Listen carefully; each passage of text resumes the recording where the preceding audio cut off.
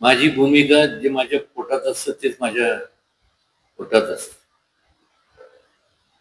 मी ह्या अगोदर सुद्धा कधी कुठलाही विषय असो, जे योग्य आहे त्याला योग्य मी म्हणत असतो. कोणाला त्याच्या परिणामाला मी कधी कधी मी घाबरत नाही. आणि वस्तुस्थिती म्हणजे वस्तुस्थिती मी खरं सांगतो. म्हणजे उगीच काय कोण काय म्हणते, पण माझी प्रकृती बरी नव्हती. आता ह्या अगोदरच्या प्रत्येक ह्याला मी ऍडमिट होतो म्हणून मी जाऊ शकलो नाही. परवा दिवशीच मला डिस्चार्ज मिळाला. नाहीतर मला काय ह्याच्या अगोदर मी अंतरावलीला गेलोच होतो ना.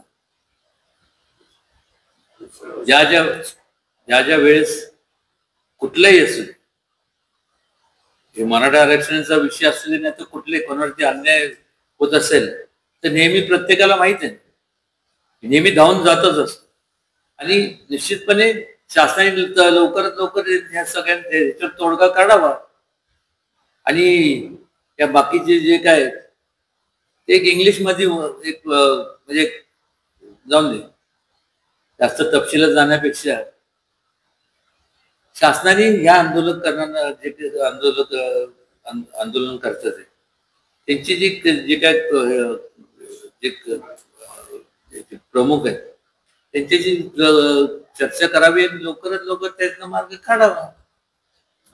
तुम्ही माझी प्रामाणिकपणे तुमच्या माध्यमातून सगळ्या मीडियाच्या माध्यमातून माननीय मुख्यमंत्री मंत्र्यांना एक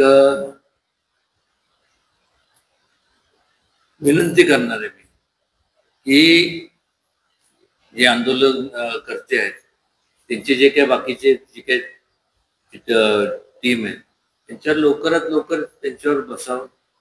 त्यातनं तोडगा कसा काढता येईल, ते कसं बसवता येते आणि त्यातनं मार्ग लवकरात लवकर निघेल ही प्रत्येकाची अपेक्षा आहेच. ते झालं पाहिजे. नाही, माझं त्यांना एवढंच सांगणं आहे की तरी शेवटी त्यातनं लवकरात लवकर शासनाबरोबर बसून मार्ग काढावा. तरी तब्येतीची काळजी घ्यावी, कारण की त्यांच्यावर सुद्धा त्यांचं कुटुंब अवलंबून आहे.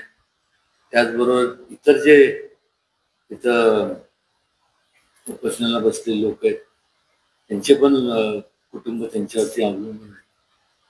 आणि शासनाने लवकरात लवकर त्याच्यावरती त्यांना बोलून त्यांचं जे काय कमिटी असेल त्याची लवकरात लवकर मार्ग काढावा आणि ज्या काही मूलभूत सुविधा आहेत त्या त्यांना पुरवाव्यात.